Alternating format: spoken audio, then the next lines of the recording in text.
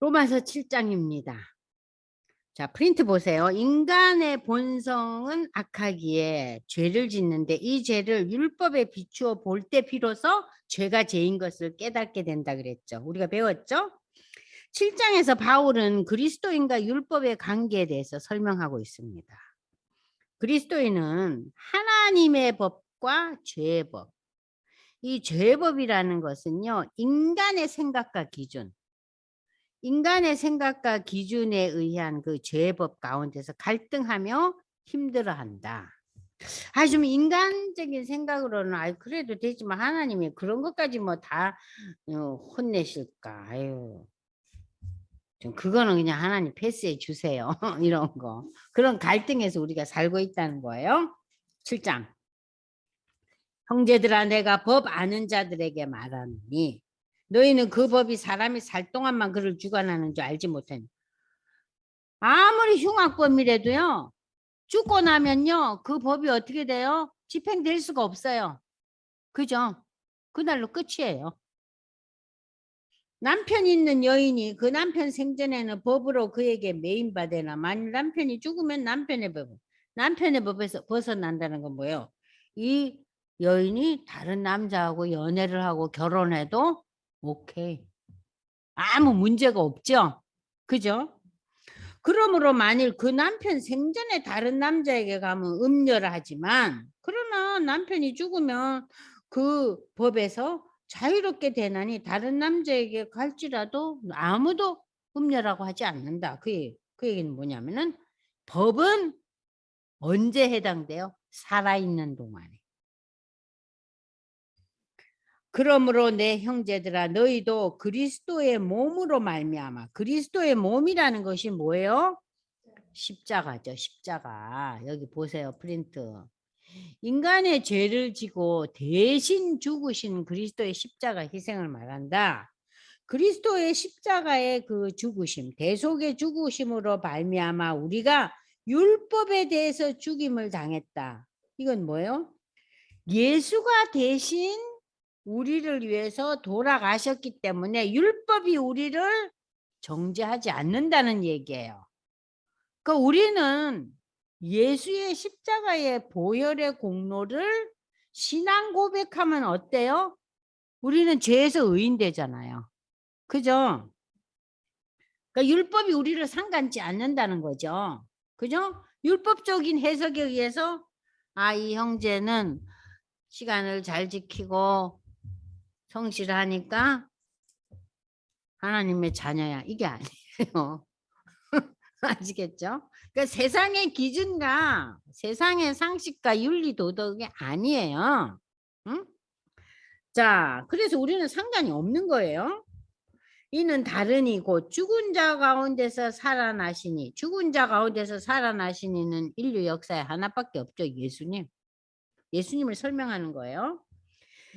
예수님에게 가서 우리가 하나님을 위해서 열매를 맺게 하려 함이라. 열매를 맺게 한다. 자, 여기 프린트 보세요. 성도가 그리스도와 연합하여 영생을 얻는 것과 더 나아가 성령의 인도함을 받아 성령의 열매 맺는 삶. 이 땅에서. 우리가 처음에는 뭐예요?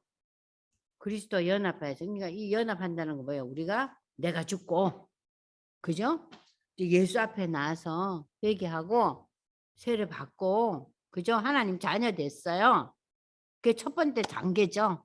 두 번째는 어떤 단계로 나옵니까? 나의 의지와 노력과 사고와 생각과 가치 기준에 휘둘리지 않고 하나님의 영의 인도함을 받아서 성령의 열매 맺는 삶. 그게 열매예요.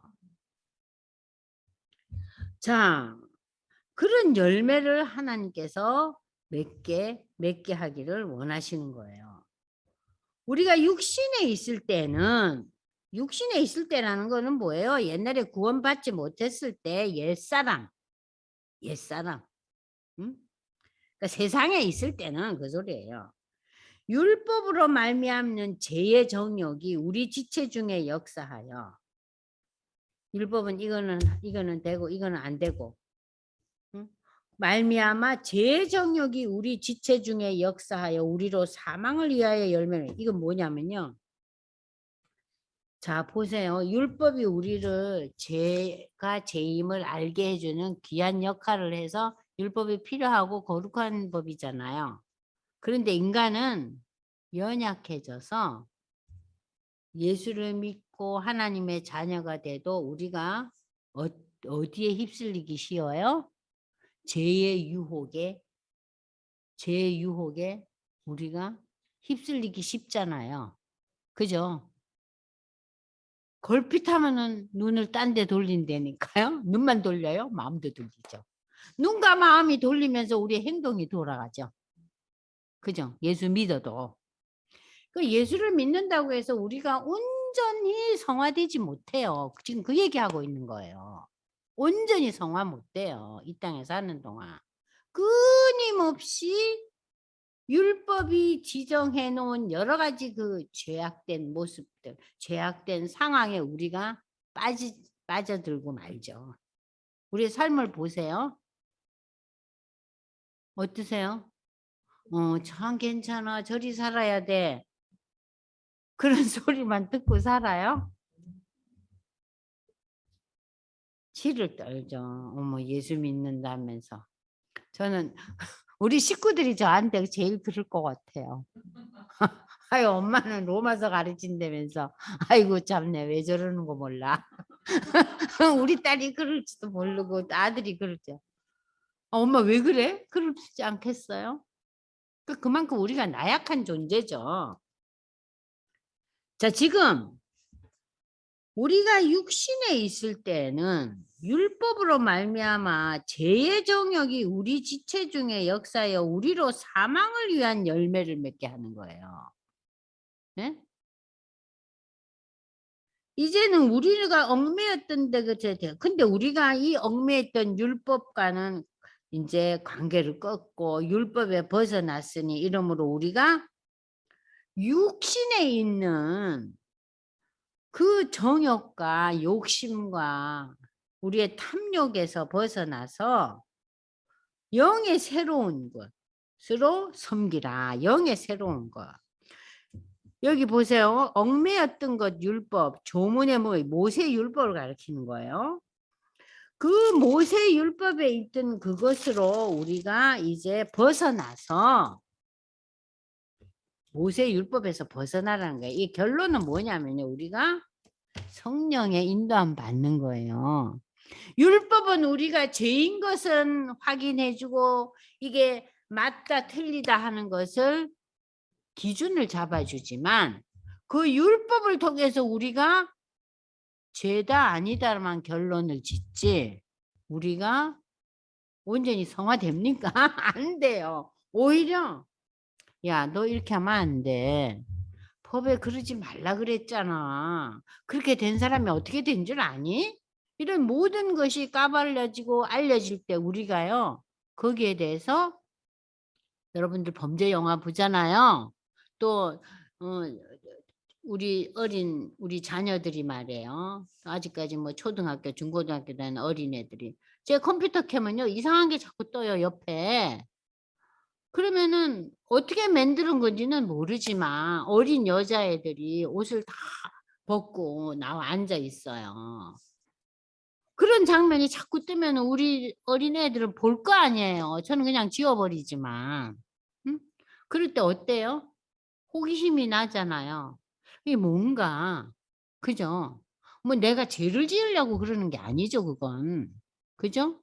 그러니까 인간은 죄의 그 여러 가지 둘레 속에서 살고 있어요, 지금 우리가 세상에서. 세상은 죄악된 세상이니까. 그런데 율법은 그게 죄라는 건 가르쳐줘서 알아요. 근데 죄라는 것을 알아준 죄라고 가르쳐줘서 알지만 알아서 우리가 그걸 피해갑니까? 피해가요? 어떨 때는요, 범죄 영화 이런 거 보면요. 어머, 저럴 수가 있어. 와, 사람이 이렇게 악독하네. 그러면서 어떤 날은요, 제가 그 범죄의 한 사람처럼 생각하고 상상해요. 여러분들 다 경험이 있으시잖아요. 그죠? 실행에 옮기지는 않는다 해도. 그죠? 상상의 나래를 펴잖아요. 그럼 갑자기 내가 이거 무슨 짓 하는 거야? 미친 거 아니야? 하면서 화들짝 놀래죠? 와. 그렇게 인간이 죄에 연결될 수 있는 가능성이 그냥 각양각층에 순식간에 빠질 수 있다는 거예요. 그러니까는 그렇게 율법에 너희가 율법에 기록된 그 문자 하나하나에 너희가 엮어질 것이 아니다. 그런즉 우리가 내가 지금 하는 말은 뭐냐? 율법이 죄가 아니라는 거예요. 율법으로 통해서 우리는 죄를 알게 된다 그랬죠? 여기 나오잖아요. 율법이 죄냐? 아니야. 율법으로 말미암지 않고서는 내가 죄도 알지 못하였는데 율법이 탐내지 말라고 얘기를 안 했다면 내가 탐심이 뭔지도 몰랐으니 율법은 참 귀한 거다는 것이 바울의 결론입니다. 그죠? 그러나 죄가 기회를 타서 그 율법을 통해서 이 탐심이 이러면 안 되는데 내가 내 인간의 욕망에 이끌려 살면 안 되는데 알게 됐어요. 그런데도 죄가 기회를 탄다는 것은 죄가 활동을 하는 거예요. 죄가 유혹을 하는 거예요. 그래서 계명으로 말미암아 그 계명이 이게 죄인데 이러면 안 되는데 하는 그것을 아는 것으로 말미암아 내가 오히려 뭐에 빠져요? 그 죄에 빠지는 거예요. 무슨 얘기인지 아시겠어요? 율법이 죄는 아니죠. 죄가 죄임을 가르쳐 줬어요. 근데 율법이 때로는 우리 인간의 죄성으로 인해서 율법에서 이러면 안 되는데 왜들 이러니 그러지 말랬잖아 하는 그 율법의 내용이 오히려 나로 하여금 뭘 줬어요? 탐심을 갖다 줬다는 거예요. 그러므로 이 율법이 없으면은 제가 아무 연결이 안 됐을 건데 제가 죽었다는 것은 제가 연결이 안 됐다는 거예요. 그러니까 여기서 바울은 율법으로는 우리가 구원받을 수 없다는 결론이에요.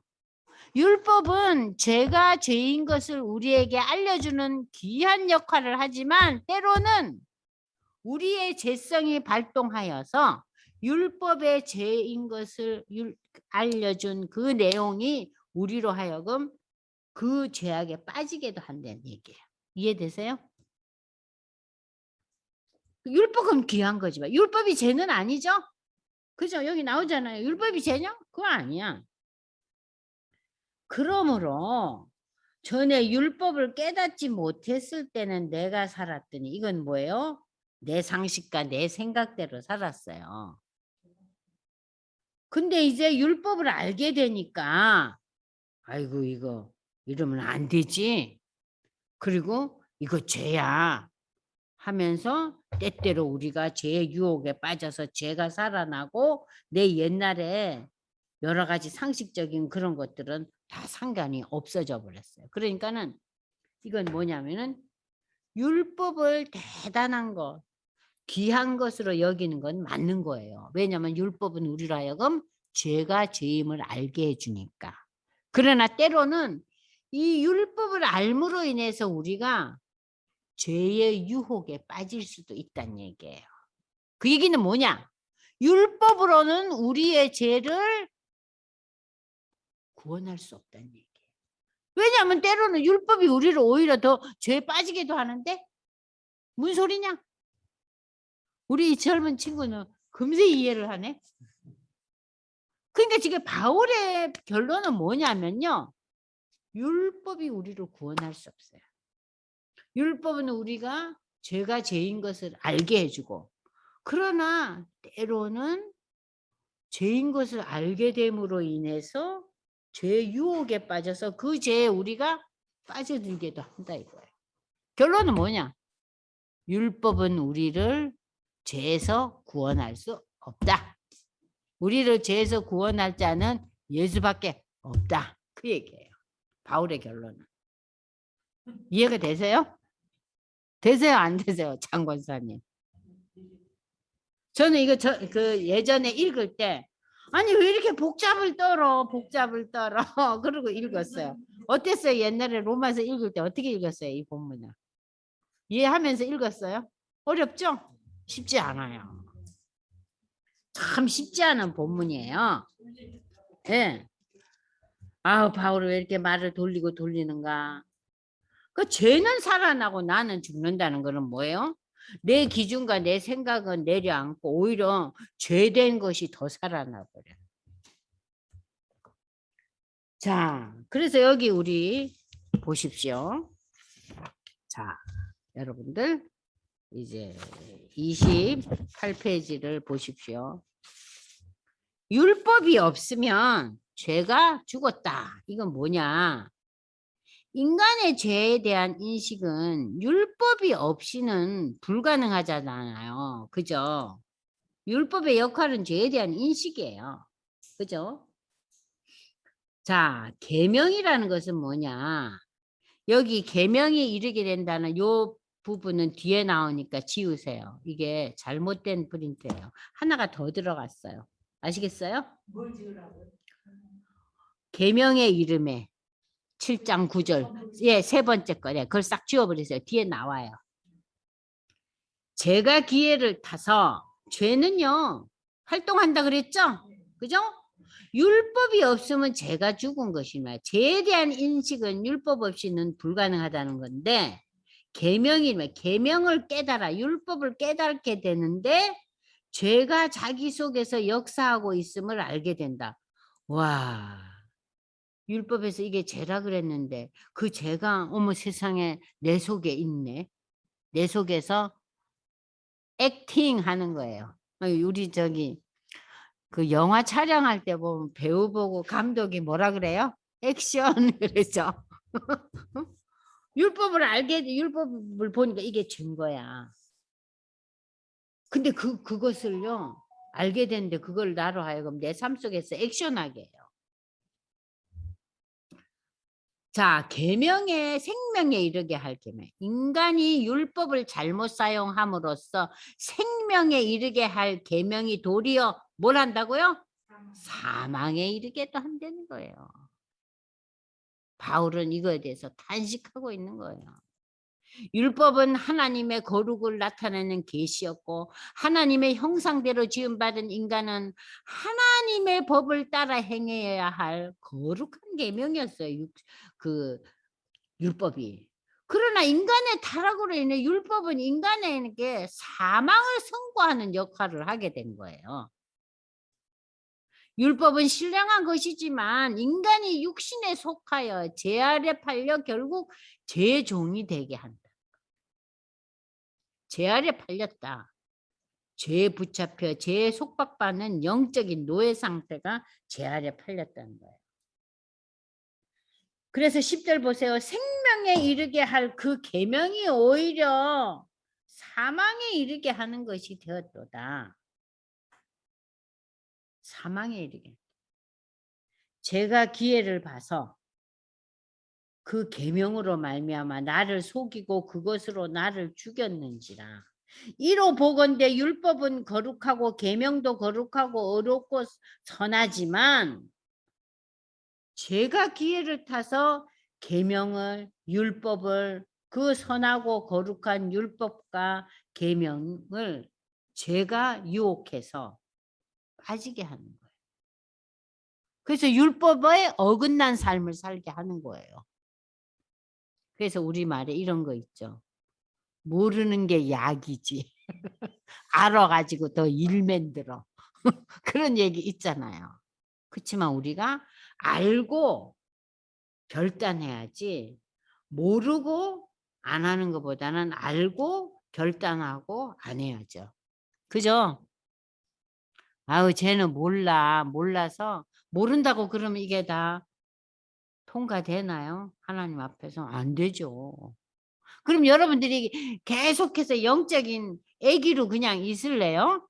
서너 살짜리 아기로? 그거 안 되죠. 우리가 10살이 되고 20살이 돼야 되잖아요. 그래서 율법이 제시하는 여러 가지 내용을 우리가 인식하고 이러면 이건 죄다. 이건 아니지. 그러면서 우리가 죄 유혹 속에서도 계속해서 하나님의 성령의 인도함을 받아서 살아야 된다는 것이 마지막 결론이에요. 그래서 지금 이렇게 설명하고 있는 거예요. 자, 율법은 거룩하고 계명도 거룩하고 다 선해요. 자, 그래서 여기 보세요. 생명에 이르게 할 그 계명, 응? 자, 율법은 신령한 것이지만 인간이 육신에 속하여 죄 아래 팔려 죄의 종이 된다는 얘기를 여러분들이 이 설명을 통해서 조금 이해가 되시죠? 그죠? 자, 그래서 그런즉 선한 것이 내게 사망이 되었느냐? 그러면 안 되지. 오직 그 선한 율법과 계명을 통해서 죄가 죄로 드러나기 위해서 선한 그 계명 율법으로 말미암아 나를 죽게 만들었으니 이는 계명으로 말미암아 죄로 심히 죄되게 하라. 그래가지고 나를 죄의 종에서 벗어나게 해야죠. 나를 주장하지 않게 해야죠. 죄의 노예에서 벗어나야죠. 우리가 율법은 신령한 줄 알거니와 나는 육신에 속하여 죄 아래 팔렸도다. 신령한 율법인데 내가 육신에 속해서 욕심이 발동하고 내한테 욕망이 발동하여서 죄의 종이 되고 말았어요. 죄의 종이. 내가 행하는 것을 내가 알지 못하나니 곧 내가 원하는 것은 행치 아니하고 도리어 미워하는 것을 행함이라. 우리 그럴 때 있잖아요.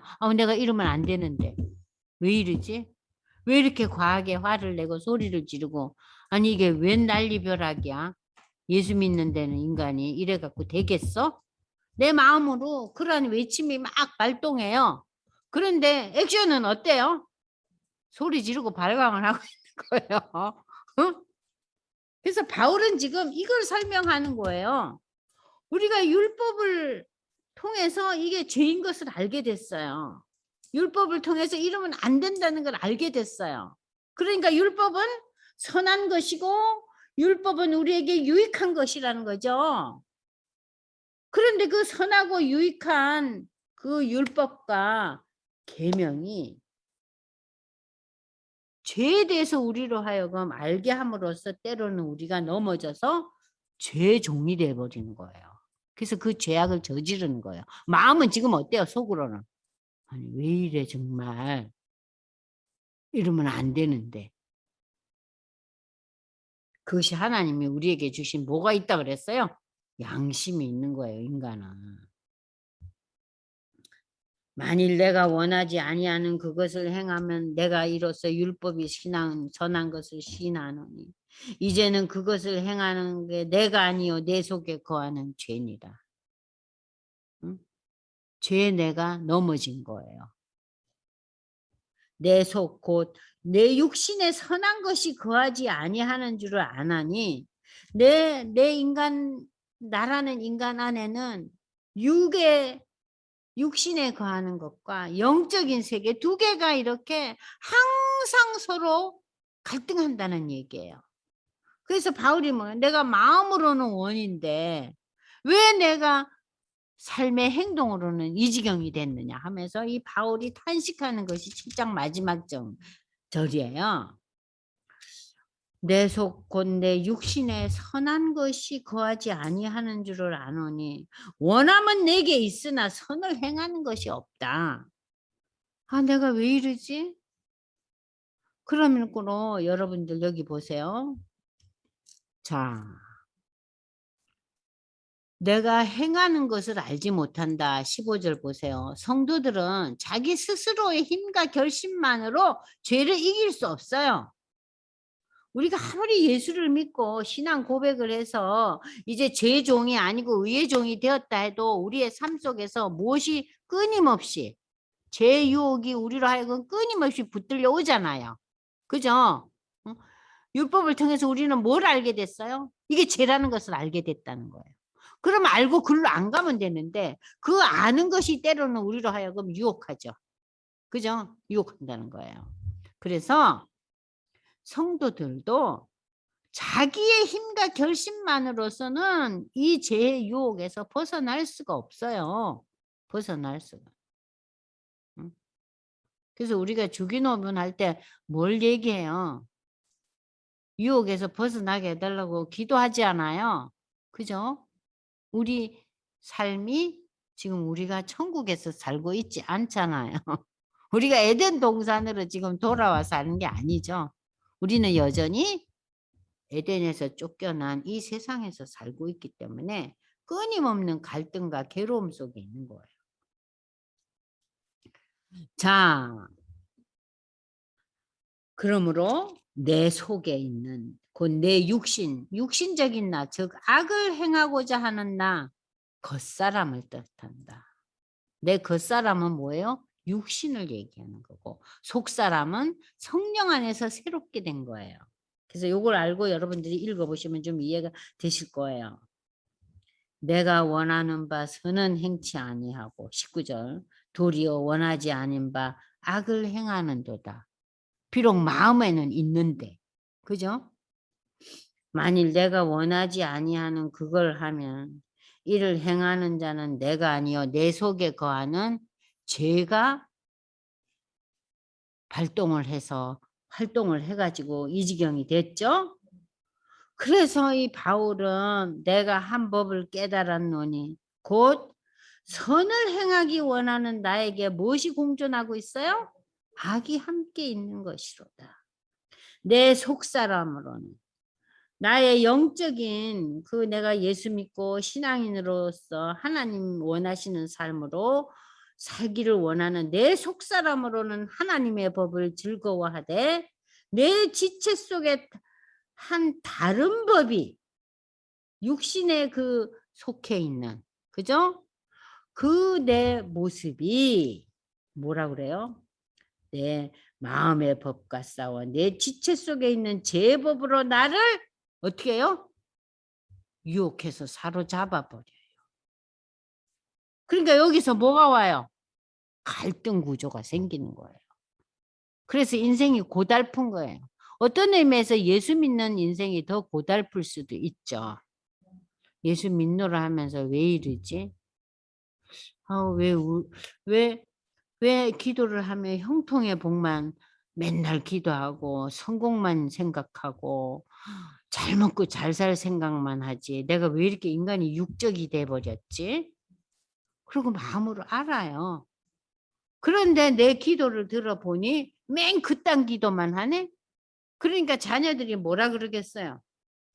엄마는 예수 믿는다고 맨날 교회는 댕기면서 맨날 좋은 거 먹고 좋은 거 입고 좋은 집 사는 그런 기도만 하는 거야? 아이고 우리 엄마 꼬라지 보니 예수 안 믿어도 될 것 같네. 예? 아 우리 시어머니 하는 집 보니 뭐 예수 믿으나 안 믿으나 나보다 못해 우리 시어머니. 그럼 어떻게 했어? 이건 완전히 그냥 이건 전도가 아니고 전도를 망치는 거죠. 그죠? 지금 그 얘기하는 거예요. 그래서 이 율법이 이 계명이 그렇게 선하고 하나님의 거룩함을 닮으라고 만들어진 이 율법이 우리의 육신에 속해 있는 이 죄성이 우리에게는 여전히 남아 있다는 얘기예요. 여전히 남아 있어서 우리를 흔들어요. 지금 이 7장은 그 얘기예요. 계속해서 바울이. 자, 그래서 내 속사람으로는 하나님의 법을 즐거워하지만 내 지체 속에서 한 다른 법이 내 마음의 법과 싸워 내 지체 속에 있는 죄의 법으로 나를 사로잡는 것을 보는도다. 너무 괴로운 거예요. 오라 나는 공고한 사람이라. 인간에게 있는 이 죄 문제 때문에 여러 가지 갈등과 괴로움과 근심 속에서 갈피를 못 잡는 거예요. 고통스러운 상황이죠. 이 공고하다는 건 상당히 고통스러운 거예요. 어찌할 바를 모르는 거예요. 이 죽을 수밖에 없는 죄의 싹은 사망이잖아요. 이런 생각만 하는 인간은 사망밖에 없는데 이 사망의 몸에서 누가 나를 건져내랴. 야, 예수 믿는 내가 이게 할 짓이냐? 예수 믿는 게 더 고달프네? 근데 25절에 무슨 얘기가 나와요? 우리 주 예수 그리스도로 말미암아 하나님께 감사하리라. 완전히 반전의 내용이 나와요. 내 자신이 마음으로는 하나님의 법을, 육신으로는 제 법을 섬긴다는 이 고백을 하면서도 바울이 왜 하나님께 감사하느냐? 8장 1절 2절이 있기 때문에 그래요. 여러분들 8장 1절 2절 한번 읽어보세요. 예수 안에 있는 자에게는 정죄함이 없나니 그리스도 예수 안에 있는 생명의 성령의 법이 죄와 사망의 법에서 너를 해방하였습니다. 성령의 인도함을 따르라는 거예요. 성령의 인도함을 따르라는 거예요. 그러니까 우리가 아무리 예수를 믿어도 끊임없이 우리에게 뭐가 다가와요? 죄가 액션을 가하고 있는 거예요. 죄에 대한 유혹이. 죄에 대한 유혹이. 그러나 그 죄에 대한 유혹을 우리가 무엇으로 막아라? 성령의 인도함을 구하면서 대처하라는 얘기예요. 네? 자, 적용 포인트 보면서 오늘 그 본문에 대해서 보다 더 자세하게 설명하겠습니다. 바울 사도는 이제 7장을 통해서 율법을 통해 자신이 죄인임을 깨닫게 되었음을 고백해요. 이 율법은 죄인임을 깨닫게 하고 그리스도인으로 인도하는 초등 교사의 역할을 한다 그랬어요. 이 표현은 아주 갈라디아에서 잘 나타나고 있거든요. 갈라디아서 3장 23절로 29절을 읽겠습니다. 여러분들 거기 25절이 아니고 29절까지 읽어보세요. 갈라디아서는 보다 더 쉽게 표현하고 있거든요. 한번 읽어보세요. 갈라디아서 시작. 3장 23절로 29절. 갈라디아서 3장 23절입니다. 믿음이 오기 전에 우리는 율법 아래에 매인 바 되고 계시될 믿음의 때까지 갇혔느니라. 이같이 율법이 우리를 그리스도께로 인도하는 초동교사가 되어 우리로 하여금 믿음으로 말미암아 의롭다함을 얻게 하려 함이라. 믿음이 온 후로는 우리가 초등교사 아래에 있지 아니하도다. 너희가 다 믿음으로 말미암아 그리스도 예수 안에서 하나님의 아들이 되었으니 누구든지 그리스도와 합하기 위하여 세례를 받은 자는 그리스도로 옷 입었느니라. 너희는 유대인이나 헬라인이나 종이나 자유인이나 남자나 여자나 다 그리스도 예수 안에서 하나이니라. 너희가 그리스도의 것이면 곧 아브라함의 자손이요 약속대로 유업을 이을 자니라. 아멘. 네, 여기서 지금 바울 사도는 율법의 역할이 초등 교사라 그랬잖아요. 그래서 우리가 율법을 보면 볼수록 우리가 죄인임을 깨달으면서 믿음으로 우리가 구원을 받지 율법으로는 구원을 못 받는다는 것이 우리의 고백이잖아요. 그죠? 율법을 통해서 우리는 뭘 알게 됐다고요? 어메, 내가 죄인이네. 이거 나 못다 지켜. 십계명 여러분 펼쳐보세요. 십계명을 볼 때마다 뭘 생각합니까? 어머, 나 이거 못하는데 어쩜 좋아요? 하나님, 내가 하나님 앞에 죄인이네요. 하는 고백을 하는 거예요. 네? 십계명을 볼 때마다. 그러니까 십계명의 역할이 엄청난 거죠. 그죠? 그러면서 때로는 또 그 십계명을 보면서 우리가 죄의 유혹에 빠져요 또. 응? 범죄 영화 보면서 우리가 거기에 빠져들듯이. 그죠? 자, 그래서 이 율법으로는 우리가 구원을 받을 수가 없으니까 우리의 구원은 예수에 대한 믿음. 예수가 우리를 위해서 돌아가셨다는 십자가의 죽음에 대한 신앙 고백. 이 믿음으로 우리가 구원받고 우리가 이 예수와 연합되고 하나 되기 위해서 뭘 받죠? 세례를 받으면서 우리의 옛것은 죽고 예수의 부활과 함께 우리도 부활한다. 그 얘기예요. 이 갈라디아서는 아주 쉽게 나와 있죠. 어때요? 이해하기가 쉽죠? 좀 쉬워요. 자, 그 다음 이제 우리가 그 프린트로 넘어갑니다. 자, 그러나 이렇게 성도가 성도라 할지라도 악한 인간의 본성은 여전히 죄악을 자극하기 때문에 바울은 자신의 경험에 비추어 부단히 죽어나가야 할 죄의 성품이 아직도 자신에게 있음을 밝히면서 공고한 사람이라고 탄식하고 있는데, 이 바울의 탄식은 절망으로 끝나는가? 그렇지 않죠. 맨 마지막 절 감사의 얘기가 나오죠. 그래도 난 하나님께 감사해. 응? 바울은 죄를 다스리기 위해 자신을 십자가에 못 박는 선한 싸움을 싸워 나가야 한다고 그렇게 이야기하고 있습니다. 그래서 갈라디아서 이 5장에 보면은, 이 갈라디아서에서 바울은 그리스도 예수의 사람들은 육체와 함께 저 정욕과 그 정욕과 탐심을 십자가에 못 박았다 그랬어요. 그래서 우리가 성령으로 살면 성령으로 행해서 헛된 영광을 구하여서 서로 노엽게 하고 서로 투기하지 않는다는 얘기를 해요. 뭐냐? 성령의 인도함을 받아야 된다는 거예요. 자, 갈라디아서 5장 24절에서 26절은 함께 읽겠어요. 함께 읽어보세요. 그래서 지금 바울의 결론은 뭐냐? 율법은 보면은 우리를 죄인임을 깨닫게 하고 때로는 그 죄인 것에 대해서 유혹받게 하는데, 자, 거기에서 벗어나는 길은 뭐냐? 성령으로 살아야 된다는 거예요. 읽어보세요. 다 함께. 갈라디아서 5장 24절로 26절. 형제도 같이 읽으세요. 시작.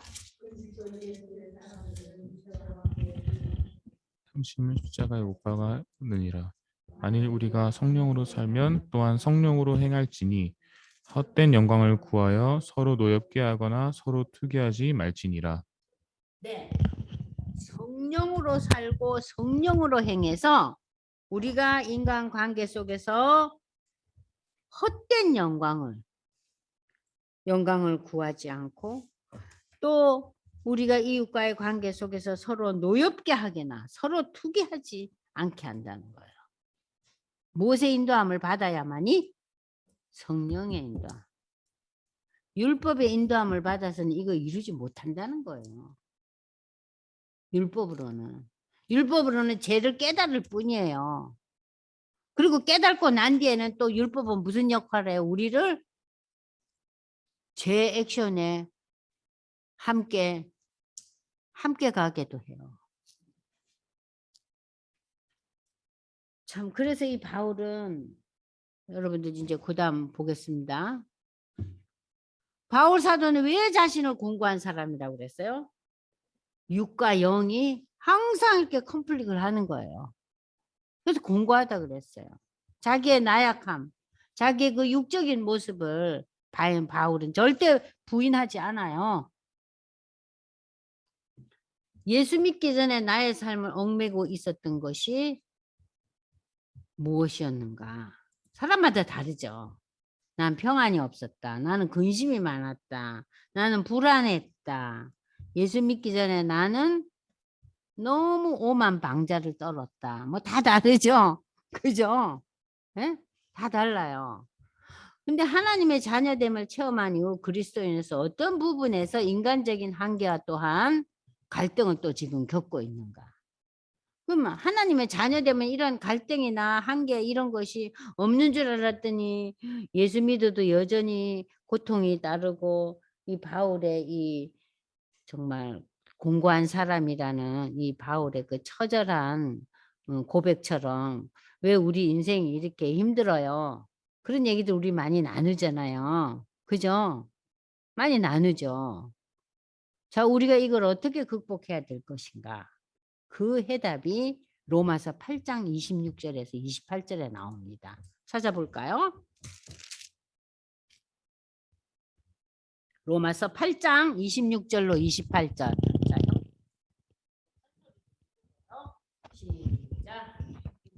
시작. 같이 성령도 우리 연약함을 도우시나니 우리가 마땅히 빌 바를 알지 못하나 오직 성령이 말할 수 없는 탄식으로 우리를 위하여 친히 간구하시느니라. 마음을 감찰하시는 이가 성령의 생각을 아시나니 이는 성령이 하나님의 뜻대로 성도를 위하여 간구하심이니라. 우리가 알거니와 하나님을 사랑하는 자, 곧 그 뜻대로 부르심을 입은 자들에게는 모든 것이 합력하여 선을 이루느니라. 로마서 8장 26절에서 28절. 지금 무슨 얘기나? 우리가 너무 연약해가지고요. 기도도 안 나와요. 완전히 그냥 쓰러져 버렸어요. 예수 믿는다는 사람들이 다 이렇게 기력을 잃고 하나님 저는 지쳐서 더 이상 기도도 안 나오고 성경 말씀도 안 읽히고 교회 가려고 옷을 입고 이렇게 발걸음이 내디뎌지지도 않아요. 너무 지금 나락에 떨어지는 상황이에요. 되는 일이 없어요. 예? 이렇게 연약할 때. 성령께서 우리를 위해서 기도하고 계신다는 거. 우리가 하나님의 자녀가 되었기 때문에 성령의 기도를 받고 있다는 거. 굉장한 위로죠? 그죠? 그렇다고 여러분이 성령이 기도하시니까 나는 기도 안 해도 되겠네. 그러면 안 돼요. 이건 너무 처절한 상태에서 성령의 기도가 있다는 거. 우리에게 큰 격려예요. 자, 성령께서 우리를 위해서 기도해 주고 계신다. 응? 그리고 28절에 뭐예요? 우리가 어떠한 상황에 놓여 있는다 할지라도 하나님의 사랑을 받아서 하나님의 부름을 받고 하나님의 자녀가 된 자는 인간적인 사고와 평가로 모든 것을 결정 내릴 것이 아니라 하나님께서 이 모든 것을 선한 길로 인도하시리라는 이 믿음. 그 있다는 거예요. 그러니까 우리가 이 그리스도인들은 26장에서 28장을 많이 생각하고 우리가 기도할 때 큰 힘을 얻어야 돼요. 특별히 어려운 일을 겪었을 때. 그죠? 그 뭐 어머니들에게 제일 큰 어려움은 뭐예요? 자녀를 잃는 거 아니겠어요? 그죠? 자녀를 잃을 때. 자, 그럴 때 하나님께서 합력하여 하나님의 뜻을 이룬다. 선을 이룬다는 것은 하나님의 뜻을 이룬다는 거예요. 자, 그럴 때 우리는 어때요? 아, 하나님께서 결론을 내시겠구나. 내가 내 생각과 의지와 나의 평가 기준으로 이 모든 것을 해석하다 보면은 나는 뭐에 더 빠져요? 더 좌절하고, 더 절망하고, 더 앞이 안 보여요. 그러니까 인간은 내 생각과 내 계획과 내 뜻으로 빠지면 빠질수록 앞이 안 보여요. 우리의 삶은.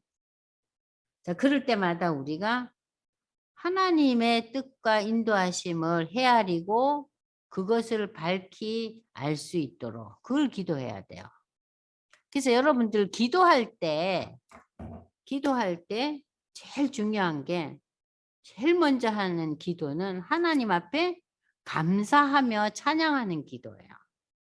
어쨌든 하나님 내가 하나님을 바라보며 기도할 수 있는 마음 주심을 감사합니다. 어떤 상황 속에서도. 그래서 맨 먼저 뭐가 있어야 된다고요? 감사와 하나님의 이름을 올려드리는 찬양이 있어야 돼요. 그래, 기도할 때마다. 그 다음에 뭐가 있어야 되냐?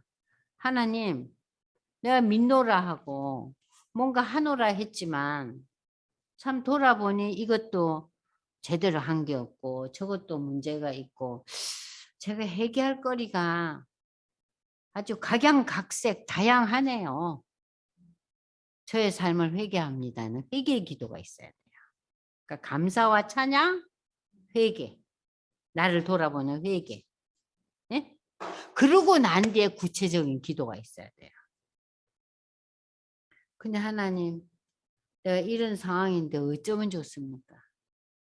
나에게 지혜를 주시고 나에게 힘을 주시고 또 구체적으로 이 사건에 대해서 하나님 개입하셔서 가장 선한 길로 인도해 달라는 그 구체적인 기도가 필요하겠죠. 그죠? 그리고 그것이 이웃과 연결된 일이라면 이웃에 대한 그 중보의 기도도 있어야 되겠죠. 그러니까 여기서는 나의 기도와 이웃의 기도가 이제 그 다음에 나와요.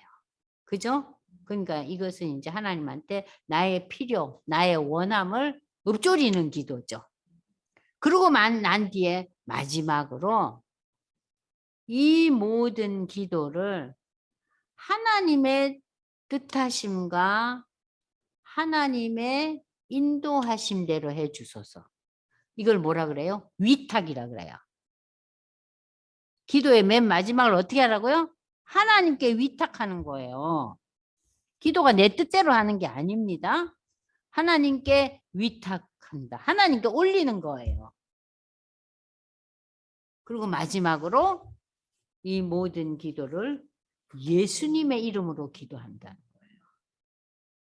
거예요. 그걸 반드시 해놔요. 왜냐하면 예수님의 이름 안에 능력이 있는 거예요. 예수가 메시아잖아요. 예수가 우리를 죄에서 구원한 자예요. 예수는 종말에 우리를 심판자로 오실 분이에요. 그래서 우리가 기도 맨 마지막에 뭘 반드시 넣어야 돼요? 예수의 이름으로 기도해요. 그럴 때 우리가 비록 예수를 믿으면서도 이러한 아픔과 갈등과 애태움과 고난과 또 여러 가지 우리가 좀 또 질병으로도 고통받잖아요. 네? 저는 지금 넉 달 동안요. 이 염증 치료 약을 먹는데 그 얘기를 했더니 어떤 분이 깜짝 놀라면서 염증 약을 세상에 한 달만 먹어도 면역 수치가 얼마나 떨어지는데 4개월을 내리 먹고 계속 의사가 먹이느냐고 그래요. 그래서 아니 제가 염증이 얼마나 심하면 의사도 그거 다 보고 먹이죠. 근데 이제 요즘 와서는 약 먹는 걸 좀 중간에 줄이라 그러더라고요. 좀 덜하면 뭐 먹지 말라. 그래서 제가 지금 2주째 안 먹고 있어요. 그러니까 2주째 안 먹으니까요. 이 손이 아픈 이 손이요. 좀 열이 나요. 화끈화끈거려요. 손이 따뜻해요. 이게 무슨 상황이 좋아서 이렇게 따뜻한 게 아니라 이게 염증에 의해서 열이 나는 거예요. 그래서 제가 요새 아이고 하나님 제가 이제 지금까지 그냥 9번을 수술을 했는데 10번을 채우실랍니까? 응? 10번까지 손 수술을 해요. 이 손이 굉장히 수술이 어렵대요. 여기 이게 신경이 많이 지나. 이 10번 수술을 채우지 말고 10번은 좀 안 하면 좋겠네요. 혼자 그렇게 읊조리고 있어요. 하여튼 여러분들이 기도할 때 지금 제가 얘기했던 이 5개 패턴 이거를 늘 생각하면서 그 기도의 제일 먼저 중요한 부분 뭐예요? 하나님께 감사하라. 나로 하여금 기도하게 하시니 나로 하여금 하나님을 알게 하시니 나로 하여금 하나님을 아버지라고 부르게 하고 나로 하여금 세상의 많은 것을 내려놓고 하나님을 바라보게 한 믿음을 주심을. 그게 감사의 조건이잖아요. 그리고 하나님의 이름을 높이고 그러고 난 뒤에 자신의 여러 가지에 대해서 회개하고 회개하고 그리고 이제 우리의 그 본론을 기도하고 그러나 이 본론을 기도하더라도 그 내용을 하나님께 위탁하라는 거. 하나님의 뜻과 하나님의 다스림 속에서 모든 것이 이루어지게 해달라고. 그리고 예수의 이름으로 기도한다. 자, 그래서 우리가 극복해 나가는 거예요. 그것이 이제 우리 예수 믿는 사람들의 그 성화의 과정이에요. 그래서 바울은 7장 마지막에 내가 공고한 인생살이 한다고 막 완전히 까발아져서 얘기하다가 맨 마지막에 뭐래요? 그래도 나는 하나님께 감사한다 그랬잖아요. 왜냐하면은 결론은 하나님이 주실 거니까. 누굴 통해서? 성령을 통해서 성령이 우리를 기도하게 하시고 성령의 다스림 우리가 받게 할 거라는 그 결론은 우리 8장에 이제 나오는 거예요. 그래서 이 로마서 8장이 신약 성경, 아니 신구약 전체의 클라이맥스예요. 성경의 클라이맥스가 어디라고요? 로마서 8장이에요. 로마서 8장. 여러분들이 오늘 읽었던 그 율법에 대한 내용과 그러니까 6장, 7장 세례에 대한 내용을 많이 생각하시고 그리고 이제 8장을 한번 읽어보세요. 그러면 이 8장이 얼마나 감격스러운가. 그러니까 로마서 8장은 정말 우리가 감격하면서 읽어야 할 본문이에요. 그래서 로마서 8장을 우리는 신구약 전체를 대표하는 참 큰 위로와 힘을 주는 그러면서도 우리를 다시 한번 결단하게 하고 회개하게 하고 감사하게 하고 그리고 하나님 앞에 위탁하는 그러한 신앙의 자세를 심어줘요. 이 로마서 8장이. 자, 오늘 이제 강의는 여기까지 하고요. 기도하고 마무리하겠습니다. 하나님 아버지, 저희가 로마서 7장까지 지금까지 읽었습니다. 참 인간이 하나님 앞에 내어놓을 것이 없고 율법을 바라보니 우리는 죄인인 것밖에 깨달을 수밖에 없습니다. 이러한 저희를 하나님께서 부르시고 택하시고 자녀 삼아 주셨는데 우리의 입술은 감사의 찬송보다는 늘 하나님께 구하는 기도뿐입니다. 이러한 연약한 저희를 하나님 말씀으로 다시 한번 깨우쳐 주시고 하나님의 자녀답게 살아갈 수 있도록 하나님 오늘도 함께 해주심을 감사드립니다. 다음 주 시간 저희가 로마서 8장을 읽으면서 우리 인생에 참 최대의 감격과 기쁨을 나눌 수 있도록 하나님 함께하여 주시옵소서. 예수님의 이름으로 감사기도 드리옵나이다. 아멘.